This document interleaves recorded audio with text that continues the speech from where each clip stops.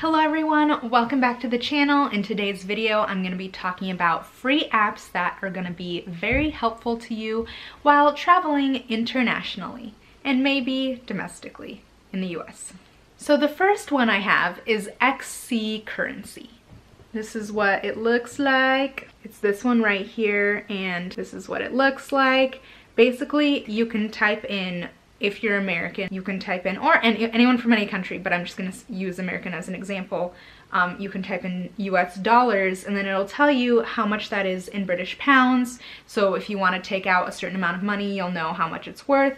Or if you're in another country, say the UK, and you wanna buy something and it's £3.50, then you can type in £3.50 onto this app, and it will tell you how much that is in dollars, which is $4.60. So this is helpful when you're shopping because sometimes things have low numbers in other countries, like in the UK, and you think it's really cheap when in reality their money is just much stronger than ours.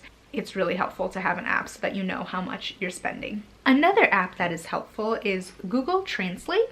This is it right here. And what you can do with Google Translate, because obviously it's not very helpful when you're talking to people one-on-one. You can't be like, can you repeat what you said? Can you spell what you said so I can write it down? That's not very helpful. But if you're looking at signs, I don't know what signs would say.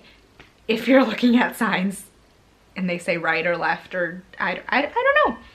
If you're in Japan or something and you don't know what the sign is, what you can do is go to camera over here. Is it focusing? Come on, focus. You can go to camera and take a picture of the sign and it will translate it into English or whatever language you speak. I'm assuming you speak English because you're watching this video.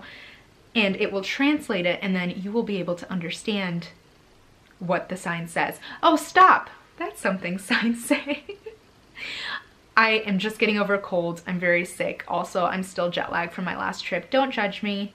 I'm struggling. So yeah, that's super helpful if you don't understand situations around you and you can't even spell something because it might be, I don't know, Japanese, Arabic, Hebrew.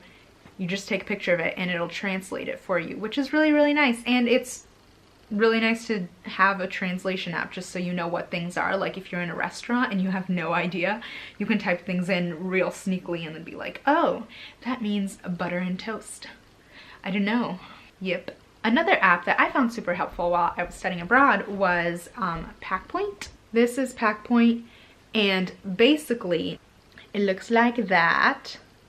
And it helps you to pack. It basically asks you questions like the length of your stay, what it's for, if it's for business or if it's for fun, leisure, where you're going, what the weather is gonna be like, stuff like that.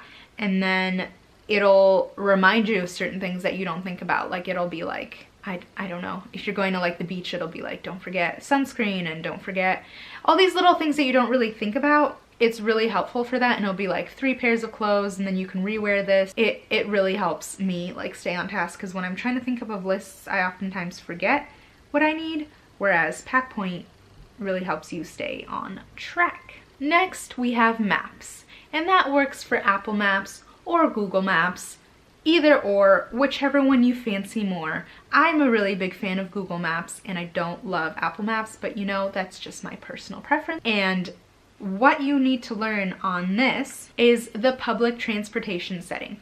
So under directions, this is Google Maps. So I don't know how this works on Apple Maps, but this option right here is public transportation, and it'll tell you how to get places. I put from St. Pancras to Gatwick International Airport, and these are all the ways you can get there. And see here, you would take 2 different trains. You would take the Thameslink and you would take the Southern line and then get to the airport that way. And it's really easy to use, which is really, really helpful. And it really helps you use the buses or the metro or whatever other form of public transportation you need.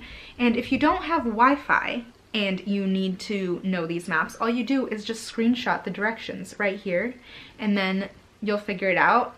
And it's really, really helpful to have this because literally I would be so lost without this app when I traveled. Like I need this app. This last app is one you will need if you are planning to live abroad and make friends abroad. When I studied abroad, I use this all the time. Every time I leave the country, I use this a lot. And actually I use it a lot in the US because I have a lot of friends that are not American, and this is a very popular app outside the United States. And it is called WhatsApp. That's it right there, WhatsApp. It's that little green thing. There's a long explanation as to why, but I'm not gonna bore you with that. But the majority of the world uses WhatsApp as like iMessage, and that is how they communicate, is via WhatsApp. This is my cat. Say hi, welcome. I wanna say hi, okay. Anyway, most of the world communicates via WhatsApp, and if you move abroad, that's basically what everyone is going to use. That is how everyone is going to communicate. And so if you don't have that, lots of people just might not text you. When I was in Spain and I had an intercambio, literally the first thing he said to me was, "What is your WhatsApp?"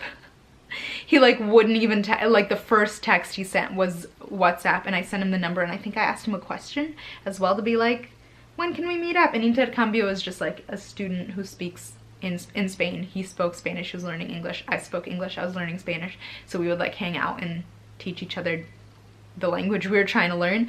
Anyway, he didn't even answer my question via iMessage. And he had an iPhone, but he didn't text me via iMessage. He was like, nah, I'm gonna WhatsApp you. Literally everyone uses WhatsApp everywhere. And I use WhatsApp a lot when I'm not in the country. That's literally all I use.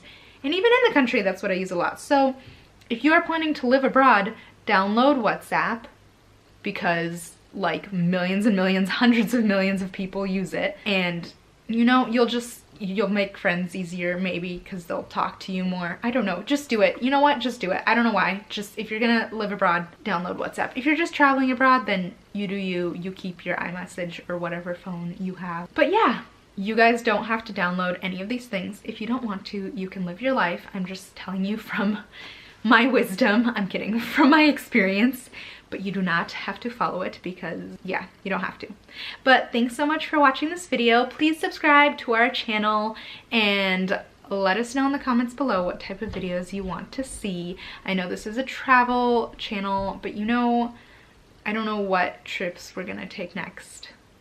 So maybe just comment below some ideas if you want to. Anyway, thanks so much for watching. Bye!